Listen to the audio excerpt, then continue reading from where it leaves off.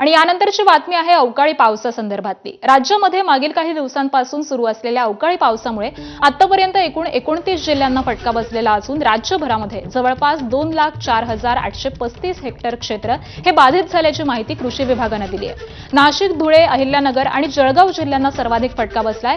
या अवकाळी पावसामुळे 14 मार्च ते 2 एप्रिल या कालावधीमध्ये हे नुकसान झालेलं आहे आणि यामध्ये केळी, गहू, मका, हरभरा, आंबा, ज्वारी, टरबूज, भाजीपाला, कलिंगड, डाळिंब, कांदा, संत्र त्याचबरोबर द्राक्षांच्या पिकांचं मोठं नुकसान झालंय आणि यामुळे शेतकरी हवालदिल झालाय।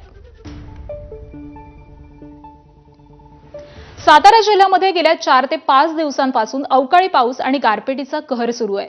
कराड तालुक्यातील ओंड गावामध्ये 6 एकरावरील कलिंगड पिकाचं मोठं नुकसान झालेलं असून हातातोंडाशी आलेला घास हा हिरावला गेलाय। लाखो रुपयांचं नुकसान झाल्यामुळे शेतकरी आर्थिक संकटामध्ये सापडलाय। शेतकरी हतबल होऊन कलिंगडाच्या शेतावरती रोटर त्यानं फिरवलेला आहे। तर शेतकऱ्यांशीच बातचीत केली आमचे प्रतिनिधी वैभव बोडके यांनी, पाहूयात। गेल्या 4 ते 5 दिवसापासून गाराचा आणि अवकाळी पावसानं अक्षरशः शेतकऱ्यांचा कंबरट मोडल्याचं चित्र सातारा जिल्ह्यात आपल्याला पाहायला मिळतंय। मी सध्या कराडमधल्या ओंड गावामध्ये आहे। तुम्ही पाहू शकता या ठिकाणी कलिंगडचं मोठ्या प्रमाणावर नुकसान झालं आहे। तब्बल 6 एकर शेतीवर या ठिकाणी कलिंगडचं उत्पादन घेतलं जातं आणि या ठिकाणचं कलिंगडला मोठ्या प्रमाणावर गाराचा फटका बसल्याचं चित्र आपल्याला पाहायला मिळतंय। मोठ्या प्रमाणावर आपल्या कलिंगडचं नुकसान झालंय। 6 एकरावर शेतीमध्ये आपण कलिंगडचं उत्पादन घेतो। आताची परिस्थिती काय आहे आणि काय मागणी आहे? आता अशी परिस्थिती आहे की कलिंगडचं पूर्ण 100% नुकसान झाले।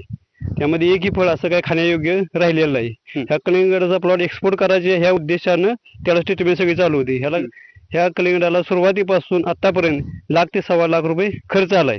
आता हे 50 दिवसाचा प्लॉट आहे, ह्याला अजून 15 दिवस बाकी असतानाच हे प्लॉट ह्यानं फुटून गेलाय पाक। त्यामुळे 100% ह्यात नुकसान झाले। ते शासनाला आमची एकच मागणी आहे की ते पंचनामे वगैरे झालेले आहेत, परंतु कागदोपत्री न करता शासकीय मदत आम्हाला लवकर खात्यात जमा करावी, एवढीच आमची मागणी त्यांच्याकडे। प्रचंड नुकसान झाले, एकही रुपया ह्यातून निघणार नाही आणि पूर्णपणे खर्च झालेला आहे आणि कर्ज काढून काय करून पैसे घातलेले आहे ते सर्व नुकसान म्हणजे पूर्णपणे आम्ही आर्थिक लॉस मध्येच आहे। आणि हातातोंडाला आलेला प्लॉट आता गेल्यामुळे आमचं अतिशय म्हणजे रानात येण्याची सगळी इच्छा राहिलेली नाही। शेतात पूर्णपणे नुकसान झालेलं आहे, हातातोंडाला आलेलं पीक आमचं गेलेलं आहे। त्यामुळे आता आम्हाला ह्याच्यावरती रोटर फिरवल्याशिवाय दुसरा कोणताही पर्याय राहिलेला नाही। खूप एवढं नुकसान आमचं कधीच झालेलं नाही। या संपूर्ण कलिंगडच्या पिकावर आता रोटर फिरवण्यात येणार असल्याचे देखील अशी माहिती आता शेतकऱ्यांकडून मिळताना आपल्याला पाहायला मिळते। कॅमेरामन ओमकार सह वैभव बोडके, एबीपी माझा, सातारा। आणि सातारा सोबतच तिकडे दक्षिण सोलापूर